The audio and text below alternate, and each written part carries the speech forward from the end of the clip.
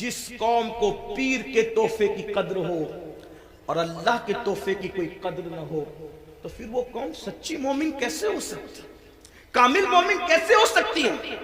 غور کیجئے، دھیان دیجئے اور سن لو، کسی اور کی نگاہ میں مسلمان بننے والا جنت میں نہیں جائے گا، جنت میں اسی نے جانا ہے جو خدا و رسول کی نظر میں مسلمان ہے۔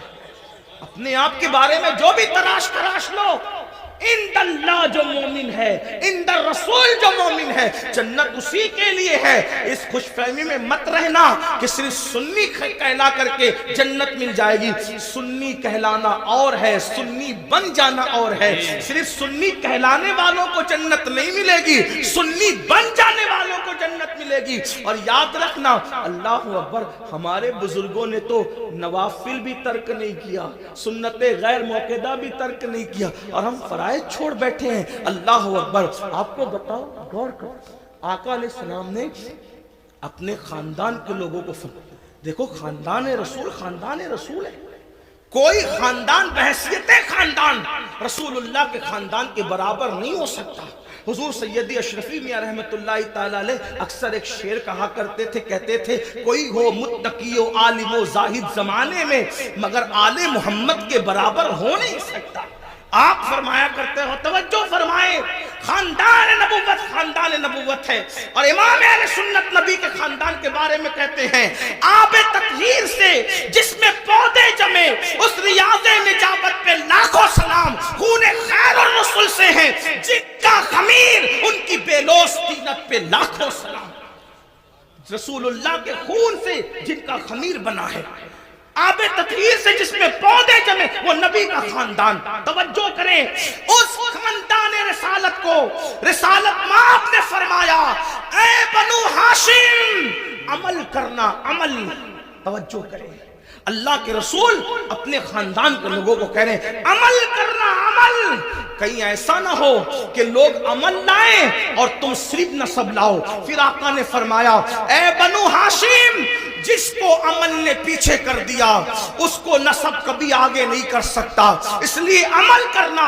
رسول اللہ کی اس نصیحت کو خاندان کے لوگوں نے کیسے سینے سے لگایا، اللہ اکبر، کہ رسول اللہ کے خاندان میں پھر کوئی بھی آپ کو بے عمل نظر نہیں آئے گا۔ میں بے عمل کی بات کر رہا ہوں، بد عمل تو دور کی بات ہے، اس لیے کہ ایک ہے با عمل، ایک ہے بے عمل، ایک ہے بد عمل۔ رسول اللہ کے خاندان میں بد عمل تو بہت دور کی بات ہے، بے عمل بھی تمہیں کوئی نظر نہیں آئے گا۔ دیکھو نبی کے خاندان کو دیکھو، پوری رات اگر سجدے میں گزارنے والی مدینے میں کوئی خاتون ملتی ہے تو وہ کوئی اور نہیں ہے، وہ میرے نبی کی شہزادی سیدہ مخدومہ فاطمہ الزہرا کی ذات ہے۔ اور جب رات پوری ہوتی ہے تو نماز مکمل کر کے حسرت کے ساتھ سر کو سجدے سے اٹھا کے کہتی ہے، اے اللہ، تو نے رات اتنی چھوٹی بنایا کہ تیرے محبوب کی بیٹی فاطمہ دل کھول کے سجدہ بھی نہ کر سکی۔ اللہ اکبر۔ اس کے بعد دیکھیں، گھوڑے کی ایک زین پر ایک قدم رکھ کر دوسرے زین پر قدم رکھنے سے پہلے جو پورا قرآن مکمل کرتا ہے وہ کوئی اور نہیں ہے، وہ میرے نبی کے خاندان کا فرد، رسول اللہ کا بھائی، حمزہ داماد پیمبر، خاتم ولایت، فاتح خیبر، ابو الحسنین، مولا کائنات سیدنا علی مرتضیٰ کی ذات ہے۔ کسی نے قرآن اس طرح پڑھا، بابا قرآن پڑھتے ہیں گھوڑے کی سین پر ایک قدم رکھ کر دوسرا قدم رکھنے سے پہلے، اور شہزادوں کی کیا شان ہے، سر کٹنے کے بعد جو نیزے پہ قرآن پڑھتے ہیں وہ کسی اور خاندان کا فرد نہیں، وہ میرے نبی کا نواسا سیدنا امام حسین کی ذات ہے، امام علی مکان کی ذات ہے۔ محراب میں، منبر پہ، مسجدوں میں آپ نے ہر خاندان والے سے قرآن سنا، لیکن نیزے پہ جس نے قرآن پڑھا وہ صرف میرے نبی کا خاندان۔ 40 سال تک عشاء کے وضو سے فجر کی نماز جہاں ہو رہی ہے وہ کوئی اور نہیں، وہ میرے نبی کے خاندان کا شہزادہ جسے دنیا سرکار غوث اعظم کے نام سے جانتے ہیں۔ 70 سال تک کبھی کبھی نہ سو کر رات و دن جاگ کر عبادت کرنے والا، 90 لاکھ کو کلمہ پڑھانے والا، وہ کسی اور خاندان میں نہیں ملے گا، وہ میرے نبی کے خاندان میں ہے، جس کو معین الدین اجمیری غریب نواز کہا جاتا ہے۔ جب ذکر کرتے ہیں تو آپ اتنی کثرت سے کرتے ہیں کہ آپ کے ذکر کو سن کر پرندے بھی ذاکر ہو جاتے ہیں۔ ایسا ذاکر آپ کو کسی اور خاندان میں نہیں ملے گا، وہ میرے نبی کا شہزادہ حضرت شاہ برکت اللہ عشقی پریمی مہریوی رحمت اللہ علیہ کی ذات ہے، جس کے ذکر نے پرندوں کو ذاکر بنا دیا۔ یہ خاندان نبوت کا عمل ہے۔ امام زین العابدین کا نام زین العابدین نہیں ہے، بلکہ ان کا نام ہے علی ابن حسین۔ زین العابدین ان کا لقب ہے، لقب۔ اور زین العابدین کیوں کہتے ہیں؟ کیونکہ روزانہ تقریباً 300 رکعت اور کبھی 700 رکعت نفل نماز پڑھتے تھے۔ لوگوں نے کہا یہ عابد نہیں ہے بلکہ یہ زین العابدین ہے۔ عابدوں، کثرت سجدہ کی وجہ سے آپ کی پیشانی پر سجدے کا نشان پڑ گیا۔ ایک تو یہ کہ جو لوگ غلط سجدہ کرتے ہیں ان کی پیشانی پہ نشان آتا ہے، اور ایک تو یہ جو کثرت سے سجدہ کرتے ہیں ان کی پیشانی پر بھی نشان آ جاتا ہے۔ لیکن کتنی 300 رکعت کے بعد، 700 رکعت کے بعد، اور میں جہاں سے پڑھ رہا ہوں اس کو میرے امام اہل سنت نے لکھا کہ آپ کی پیشانی پر نشان سجدہ کثرت سجدے کی وجہ سے۔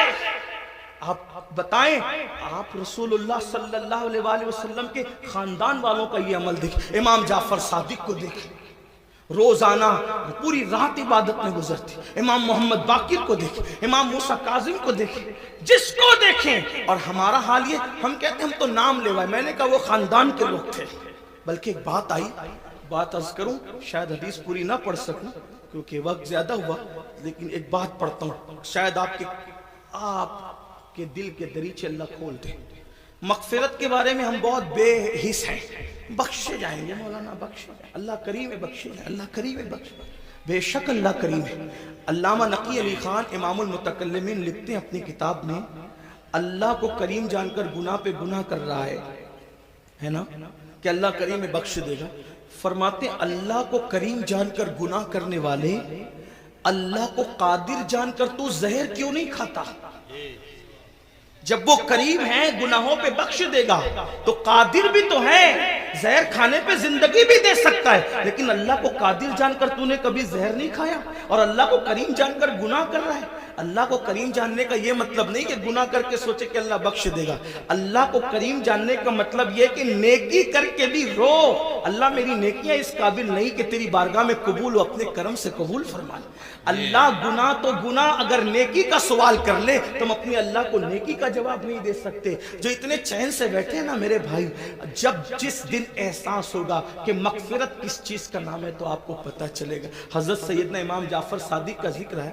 امام جعفر صادق کو لوگ اتنا ہی جانتے ہیں کہ ہم ان کی کنڈے کی نیاز کرتے ہیں، بس اتنا ہی جانتے ہیں۔ لیکن جانتے ہیں یہ امام جعفر صادق غوث اعظم سے پہلے اپنے دور کے غوث اعظم ہیں۔ مقام غوثیت کبریٰ پر فائز امام جعفر صادق۔ کون امام جعفر صادق؟ جن کی جوتیاں امام اعظم ابو حنیفہ جیسے لوگ سیدھا کرتے تھے، اور امام اعظم کہتے ہیں کہ اگر 2 سال نہ ہوتے امام جعفر صادق کی صحبت کے تو نعمان ہلاک ہو گیا ہوتا۔ یہ امام جعفر صادق، لیکن وہ جعفر صادق جس کی صحبت کو امام اعظم اپنی کل عمر کا سرمایہ کہتے ہیں، جب اس امام جعفر صادق سے لوگ مصافحہ کرتے، ہم لوگوں سے بھی لوگ کرتے ہیں، امام جعفر صادق سے بھی لوگ مصافحہ کرتے تھے۔ داتا صاحب لکھتے ہیں کہ جب امام جعفر صادق سے کوئی مصافحہ کرتا تھا تو امام جعفر صادق اس کا ہاتھ پکڑ لے۔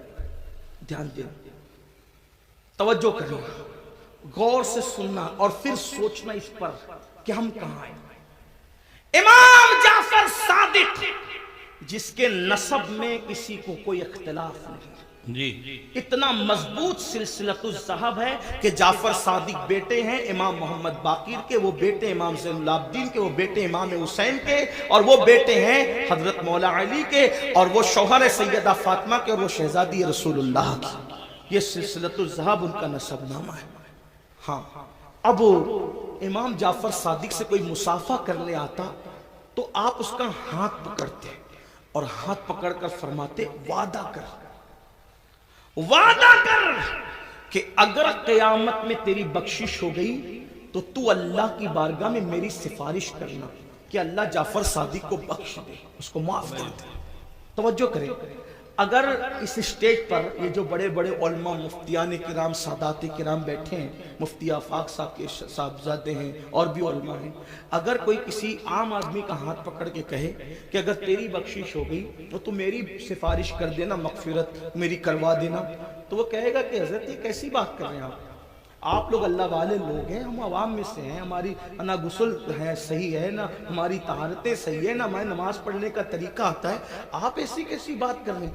اب جب یہ منبر پہ بیٹھے ہوئے اللہ والے کسی سے یہ بات کریں تو تعجب ہوگا، چہ جائے کہ امام جعفر صادق ایسا سید جس کی غلامی امام اعظم جیسے لوگ کریں، وہ جو ہے علم کے معاملے میں ان جیسا ان کے دور میں کوئی نہیں تھا، تقوی کے معاملے میں ان جیسا کوئی متقی نہیں تھا، عبادت کے معاملے میں ان جیسا کوئی عابد ان کے دور میں نہیں تھا، اور وہ لوگوں کا ہاتھ پکڑ کے کہتے وعدہ کرو کہ اگر تمہاری بخشش ہو گئی تو تم میری سفارش کرنا، میری مغفرت کروانا، میری سفارش کرنا، شفاعت کرنا۔ اور لوگ پلٹ کے کہتے امام آپ تو سید ہیں، سید آپ تو سید آل رسول ہیں، ہم آپ کی کیا سفارش کریں گے، آپ کے نانا شفیع المذنبین ہیں۔ تو امام جعفر صادق روتے ہوئے جواب دیتے، رونا تو یہی ہے کہ ہم سید ہیں۔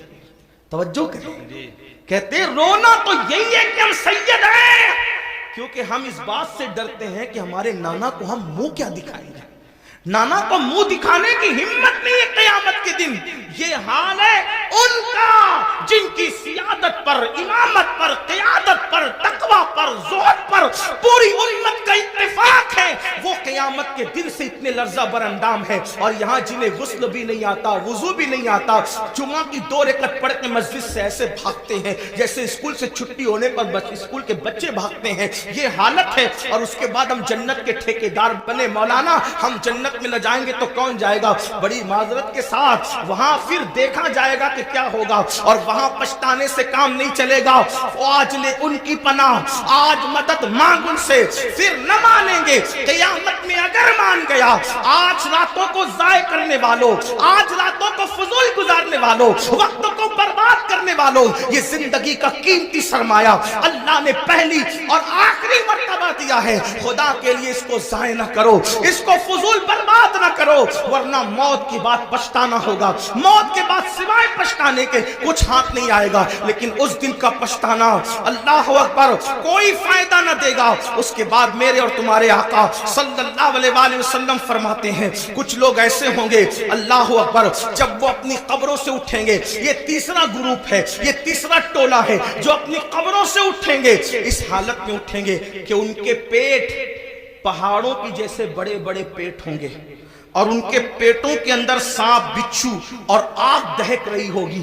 صحابہ نے پوچھا آقا وہ کون ہوں گے؟ سرکار علیہ السلام فرماتے ہیں یہ وہ لوگ ہوں گے جو دنیا میں زکوٰۃ ادا نہیں کرتے تھے، زکوٰۃ نہیں دیتے تھے، بڑے بڑے پہاڑوں کی طرح پیٹ لے کر کے اٹھیں گے۔ آج لوگ زکوٰۃ بھی نہیں دیتے پوری، اور پھر کوئی پیسہ لے کے بھاگ جاتا ہے، کوئی چوری کر لے جاتا ہے، مال ڈوب جاتا ہے، آگ لگ جاتی ہے، کہتے ہیں ہمارا نقصان ہو رہا ہے، نقصان ہو رہا ہے۔ یاد رکھنا جو پوری زکوٰۃ اللہ کے لیے نکال دے، میرے آقا فرماتے ہیں اس کا مال اللہ کے قلعے میں محفوظ ہو جاتا ہے، اس کے مال کی حفاظت ہو جاتی ہے۔ پھر چوتھے گروپ کے بارے میں میرے اور تمہارے آقا سچے نبی صلی اللہ علیہ وآلہ وسلم نے فرمایا کہ جو چوتھا گروپ قبر سے نکلے گا اس کے منہ سے خون بہ رہا ہوگا، اور خون لے کر کے وہ نکلے گا۔ صحابہ نے پوچھا آقا جن کے منہ سے خون بہ رہا ہوگا وہ کون لوگ ہوں گے؟ آقا ارشاد فرماتے ہیں جو اپنے وعدوں کو توڑ دیتے تھے، وعدہ خلافی کرتے تھے، وہ ان کے منہ سے خون بہ رہا ہو۔ آج میں سمجھتا ہوں کہ شاید وعدہ خلافی کو گناہ بھی نہیں سمجھتے لوگ۔ دیکھیں حالانکہ میرے آقا علیہ السلام نے فرمایا مومن اور منافق میں فرق یہ ہے کہ مومن جب وعدہ کرتا ہے تو پورا کرتا ہے، اور منافق وعدہ کرتا ہے اس کو پورا نہیں کرتا، توڑ دیتا ہے۔ کتنے وعدے کرتے ہیں، اللہ سے وعدہ کیا اس کا خیال نہیں، پیر سے وعدہ کیا اس کا خیال نہیں۔ آئیے وعدے کی وفا کے حوالے سے ایک حدیث سنے کی روایت سے۔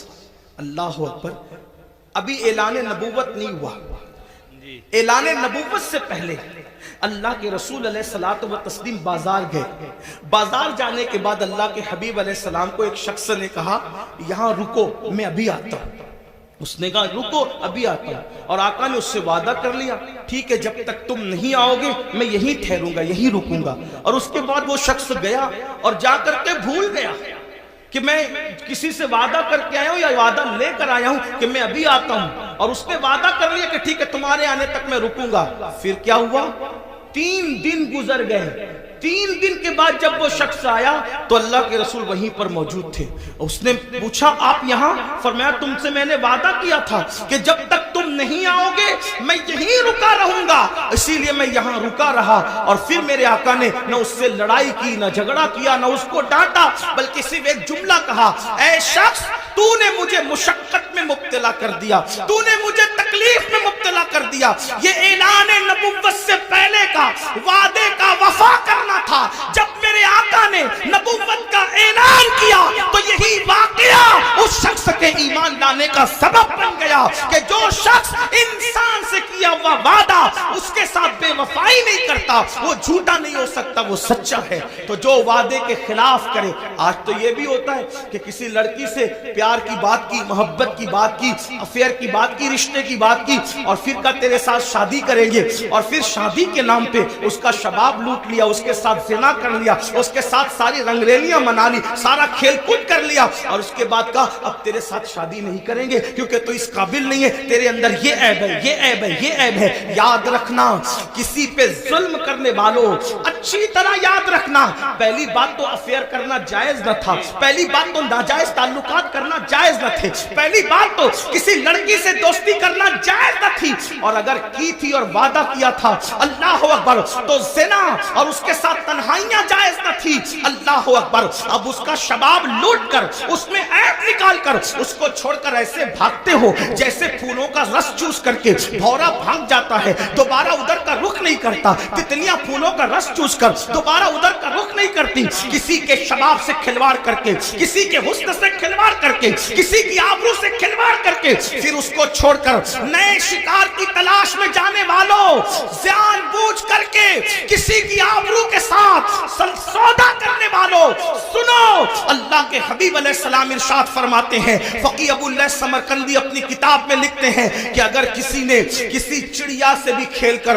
اس کی زندگی کو ختم کیا ہوگا، کسی نے کسی چڑیا کی زندگی سے کھیلا ہوگا، نہ کھانے کی حاجت تھی، نہ شرعی کوئی معاملہ تھا، صرف اپنے نفس کے لیے چڑیا سے کھیلا اور اس کو مار ڈالا، کھیلتے کھیلتے اس کی زندگی کو ختم کر دیا۔ آقا فرماتے ہیں وہ مری ہوئی چڑیا جس کی زندگی سے تم نے کھلواڑ کیا تھا، جب قیامت کا دن ہوگا تو اللہ کی عدالت میں فریاد کرے گی، مولا آج عدل کا دن ہے، آج انصاف کا دن ہے، مولا مجھے عدل چاہیے، اس شخص نے میری زندگی سے کھلواڑ کیا تھا۔ آقا فرماتے ہیں اس ننھی سی چڑیا کی شکایت بجلی کی گھن گرج کی طرح ہوگی، جیسے بجلی کڑکتی ہے ویسے ننھی سی چڑیا کی آواز میں گھن گرج ہوگی، اور جس کی شکایت چڑیا کر رہی ہوگی اس کا حال یہ ہوگا وہ پہاڑوں جیسی نیکیاں لے کر آئے گا۔ اللہ ارشاد فرمائے گا آج عدل کا دن ہے، آج انصاف کا دن ہے، اور پھر میرا اللہ فرمائے گا جس نے چڑیا کی زندگی سے کھلواڑ کیا آج اس کی نیکیاں نہیں دیکھی جائے گی، اس کو منہ کے بل گھسیٹتے ہوئے جہنم میں ڈال دیا جائے۔ آپ سے پوچھنا چاہتا ہوں، نفس کے پجاریوں سے پوچھنا چاہتا ہوں، نفسانی خواہشات میں ڈوبے ہوئے انسانوں سے پوچھنا چاہتا ہوں، اگر کسی چھٹاک بھر کی چڑیا کی زندگی سے کھیلا ہوگا تو پہاڑوں جیسی نیکیاں رد ہو جائے گی اور انسان جہنم کا ایندھن بنے گا۔ جس نے لڑکیوں کی زندگی سے کھیلا ہوگا، آبرو سے کھیلا ہوگا، اس کا انجام کیا ہوگا؟ اللہ کے بندو، یہ دنیا ہی سب کچھ نہیں ہے، یہ دنیا کی رنگریلیاں ہی سب کچھ نہیں ہے، یہ دنیا کے مزے اور مستی سب کچھ نہیں ہے، یہ دنیا کا عیش و آرام سب کچھ نہیں ہے۔ اس دن کے بارے میں ڈرو جس دن کے بارے میں قرآن کہتا ہے یوم یقوم الروح والملائکہ صفا لا یتکلمون الا من اذن۔ اس دن جبریل امین اور سارے فرشتے اللہ کی ہیبت سے کانپتے ہوں گے، کسی میں کلام کرنے کی جرات نہیں ہوگی۔ اس دن اپنا کیا ہوگا؟ جس دن انبیاء کی زبان پہ نفسی نفسی ہوگا، اس دن اپنا کیا حال ہوگا؟ اس لیے لوگ لڑکیوں کی زندگی سے تو کھیلتے ہیں، خود کی بیوی کا اگر سالن میں نمک زیادہ ہو جائے تو طلاق دے دے، مارے پیٹے۔ یاد رکھنا، اچھی طرح یاد رکھنا، یہ دنیا ہے، یہاں